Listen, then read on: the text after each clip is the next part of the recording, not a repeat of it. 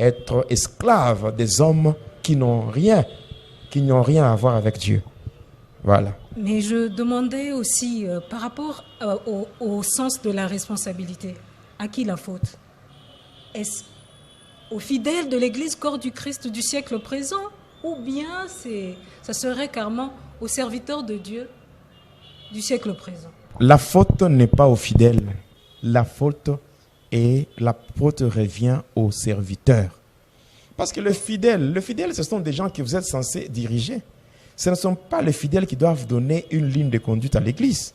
Quand nous lisons bien la parole de Dieu dans le psaume 103, le verset 7, la Bible dit, il a révélé ses voies à Moïse et ses œuvres à Israël. Moïse, c'est le maître. Israël, ce sont les disciples, n'est-ce pas?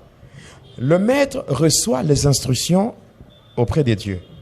Et s'il prend ces instructions, il le transmet. Lui, il va instruire maintenant le peuple. Et le peuple, en mettant en pratique ces instructions-là, ce peuple va voir les œuvres de Dieu.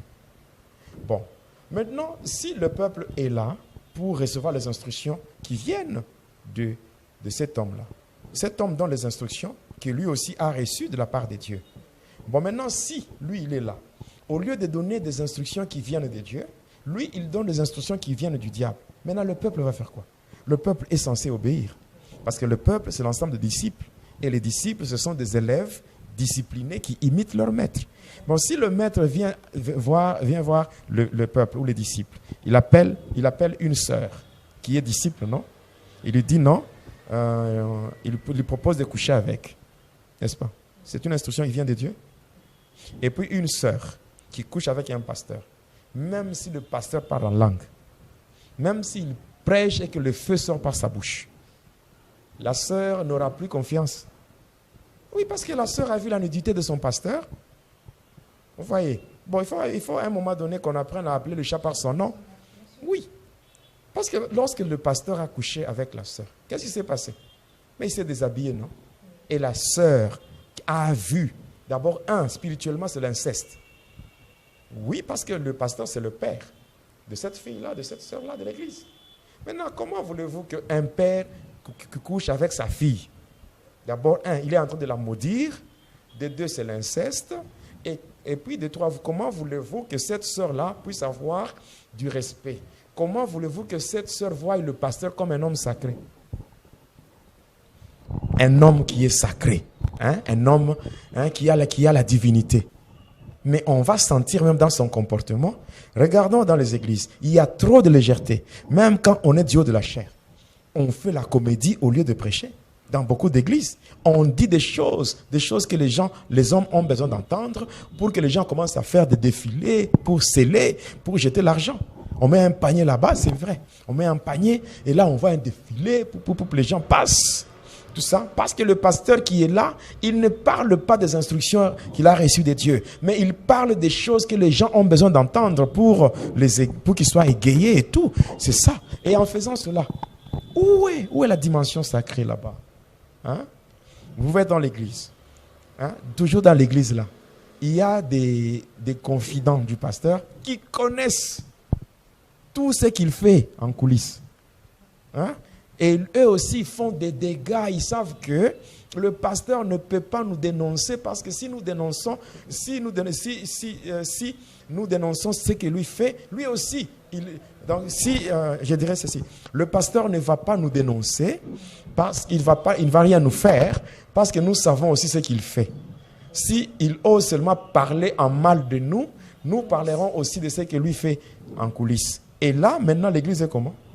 Donc, il y a des mercenaires dans l'église. Le pasteur et ses acolytes deviennent des mercenaires. C'est comme des loups au milieu des brebis. Et c'est comme ça que les enfants de Dieu souffrent. Alors, un conseil, si vous n'avez pas reçu l'appel de Dieu, faites-vous, je ne sais pas, faites-vous même menuisier ou maçon. Si c'est ça votre vocation, oui, c'est simple. Oui. Si vous n'avez pas reçu l'appel de Dieu, il ne faut pas forcer les choses. Allez faire la maçonnerie ou bien allez faire, je ne sais pas, aller travailler à la SNEL. Si vous avez terminé, vous avez fait l'électricité comme section aux humanités et tout, c'est bien. Et non C'est dire que non, parce que dans les églises, il y a la dîme chaque semaine, il y a les offrandes et tout. Mais quand je travaille dans une entreprise, il faut attendre le salaire seulement à la fin du mois. Mais dans l'église, j'ai quelque chose chaque semaine, même de Dieu.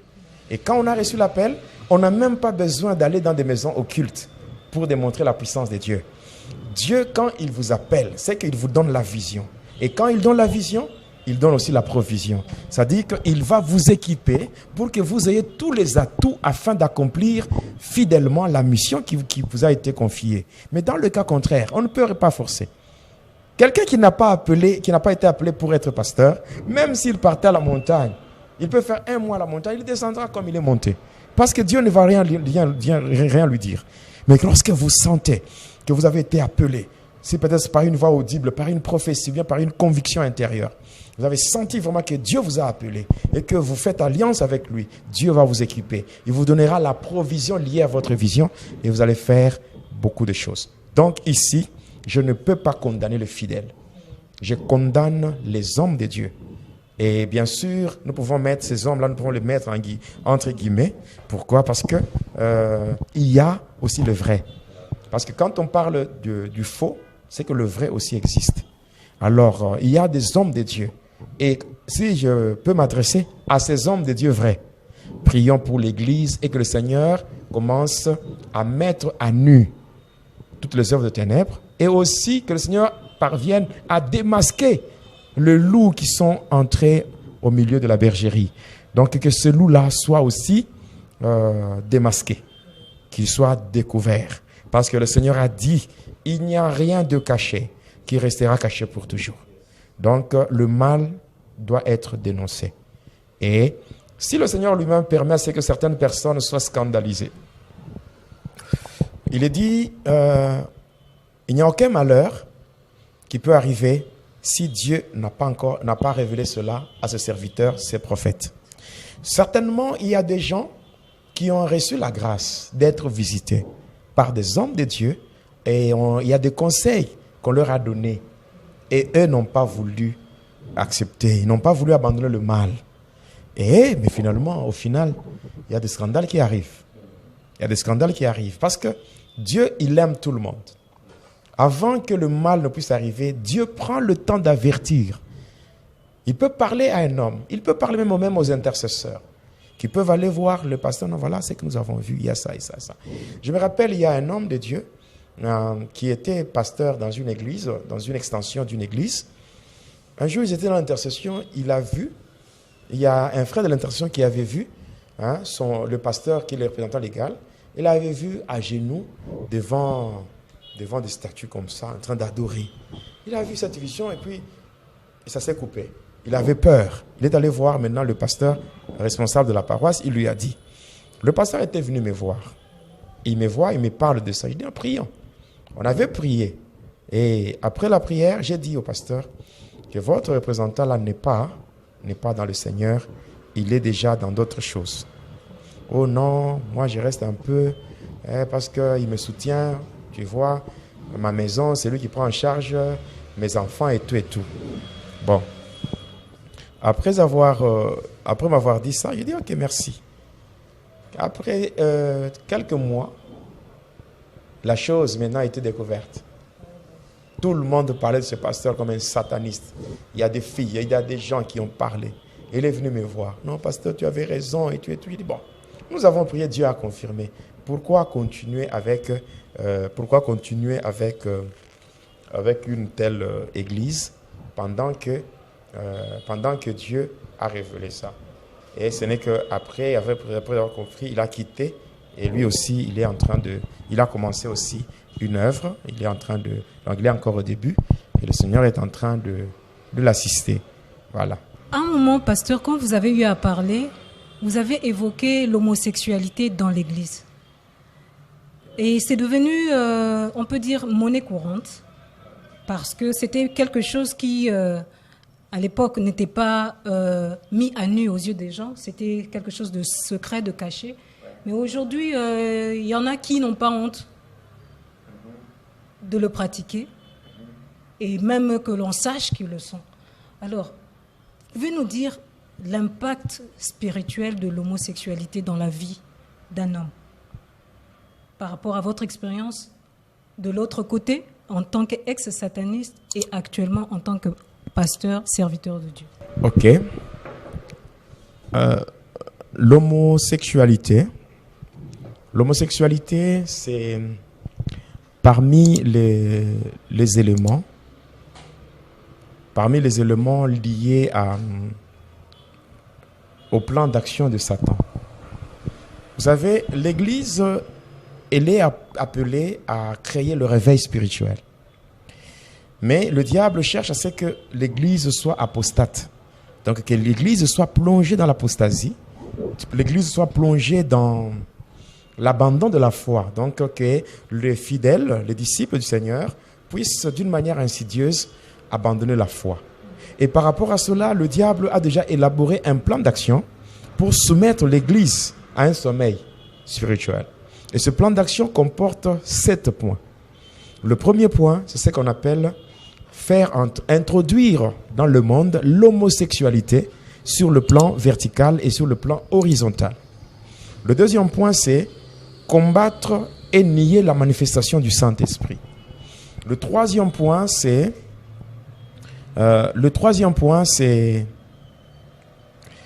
comment tourner la Bible dans un mauvais sens.